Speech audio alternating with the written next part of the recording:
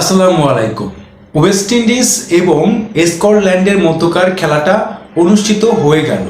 সেই খেলায় West Indies ৩৫ রানের ব্যবধানে জয়লাভ করেছে এবং যেটা বাংলাদেশের এই ম্যাচটা হওয়ার কথা ছিল যে বাংলাদেশ এই ম্যাচটা খেলবে ওয়েস্ট ইন্ডিজের বিপক্ষে। সেই জায়গাটিতে স্কটল্যান্ড জায়গা পায়। স্কটল্যান্ড কিন্তু দারুণ খেলে, যেভাবে তারা রানকে আটকে রেখেছিল। ১৮৩ রানের যেই টার্গেটটা ওয়েস্ট ইন্ডিজ দেয়, সেইখানে ওয়েস্ট ইন্ডিজের ওপেনার ব্র্যান্ডন কিং তিনি ভালো একটা ৩০ রানের মতো একটা রান করেন, ভালো ব্যাটিং করেন তিনি ব্র্যান্ডন কিং। তারপরে তার আরেক সহযোগী শাই হোপ রান করতে পারেনি। তবে এখানে মাঝপথে সিমরন হেটমায়ার তিনি যেভাবে ব্যাটিংটা আজকে করেন, অসাধারণ ব্যাটিং। তার ব্যাটিংয়ের 60+ স্কোর তিনি আজকে করতে পারেন, যেখানে তার স্কোরটা রয়েছে আজকে 36 বল থেকে 64 রানের একটা লম্বা একটা ইনিংস তার এখানে থাকে। এবং তিনি যে কাজটা করেছেন, তিনি 6টার মতো ছক্কায় তিনি মেরেছেন এর মধ্যে। এবং ওয়েস্ট ইন্ডিজ 183 রান করে, যেখানে প্রায় জিতে গিয়েছিল এখানে স্কটল্যান্ড। তারা কিন্তু খেলার মধ্যেই ছিল লাস্ট কয়েক ওভার, তারা খেলার মধ্যেই ছিল, শেষ পর্যন্ত তারা হেরে যায় শেষ 3 ওভারে তারা রান করতে পারেনি। তারা একের পর এক উইকেট পড়ার পরে তারা কিন্তু দিশেহারা হয়ে পড়ে।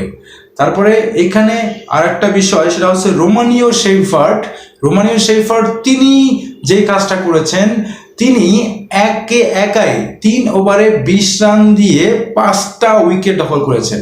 এবং তার তার অসাধারণ একটা হ্যাটট্রিক এখানে কিন্তু হয়েছিল। এই হ্যাটট্রিকের কারণে একেবারে স্কটল্যান্ডের ব্যাটিং লাইন আপটা ঘুরিয়ে দিয়েছে। এক পর্যায়ে মনে হয়েছিল স্কটল্যান্ড তারা জয়ের বন্দরে পৌঁছে যাবে, যেভাবে তারা ব্যাটিংটা করছিল। সেই জায়গাটিতে ওই যে রোমানিও শেফার্ড বোলিংয়ে আসার পরে তিনি হ্যাটট্রিকটা করেন। ওই ওভারে 4টা উইকেট নেন এবং হ্যাটট্রিক সহ 4টা উইকেট নেন ওই ওভারে, এবং মেডেন ওভার দেন। যেখানে ওই হ্যাটট্রিকটা এবারে টি-20 ওয়ার্ল্ড কাপের প্রথম ম্যাচে, অর্থাৎ দ্বিতীয় ম্যাচে কিন্তু কোনো একটা বোলার হ্যাটট্রিকটা সম্পূর্ণ করলো। এবং টি-20 ওয়ার্ল্ড কাপে ইতিহাসে হয়তোবা এরকম দ্রুত সময় কেউ হ্যাটট্রিকটা করতে পারে নাই, দ্বিতীয় ম্যাচে এসেই কিন্তু হ্যাটট্রিকটা করলো। এবং ওয়েস্ট ইন্ডিজ তারা শেষ পর্যন্ত 35 রানে জয়লাভ পায়। এটা কিন্তু পাওয়ার কথা ছিল না, তারপরে কিন্তু ওয়েস্ট ইন্ডিজ তারা 35 রানের এই জয়টা পায় এবং পূর্ণ পয়েন্ট তারা এখানে দখল করে। এই 35 রানের জয়ের মাধ্যমে তারা এই গ্রুপ থেকে টপ টেবিলে টপার হয়ে থাকবে এবং 2টা পয়েন্ট তারা কিন্তু এখানে পাবে। যেটা বলছিলাম যে ওয়েস্ট ইন্ডিজের সাথে যেভাবে স্কটল্যান্ড শুরুতে খেলেছে, সবসময় তারা এগিয়ে ছিল। জাস্ট শেষ 4 ওভারে স্কটল্যান্ডের ব্যাটসম্যানেরা তারা খেই হারিয়ে পেরে তারা কিন্তু ওই রানটা করতে পারে না। আসলে স্কটল্যান্ড বলেন, নেদারল্যান্ডস বলেন, তারা এবং এরকম দল যারা আছে তারা কিন্তু শেষ পর্যন্ত ওই ম্যাচটা নিতে পারে না। ওই যে বলেন এক্সপিরিয়েন্স, তারপরে বলেন আপনার যেই কথাগুলো রয়েছে, এক্সপিরিয়েন্স ব্যাপারটা রয়েছে, এবং তারা কিন্তু ওইখানেই ব্যর্থ হয়েছে।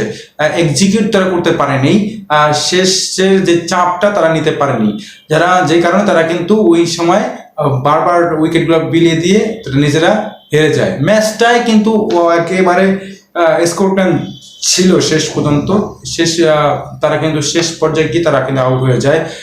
তারা পারেনি করতে।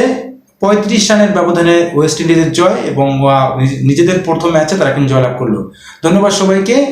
আমার কাছে মনে হয় রোমানিও শেফার্ড দারুণ বোলিং করেছেন এবং তার ওই ওভারটাই এই ম্যাচের টার্নিং পয়েন্ট, এটাই আমার কাছে মনে হয়। আপনাদের কাছে কি, কমেন্টস জানিয়ে দিবেন। সবাইকে ধন্যবাদ জানিয়ে বিদায় নিচ্ছি। আল্লাহ হাফেজ।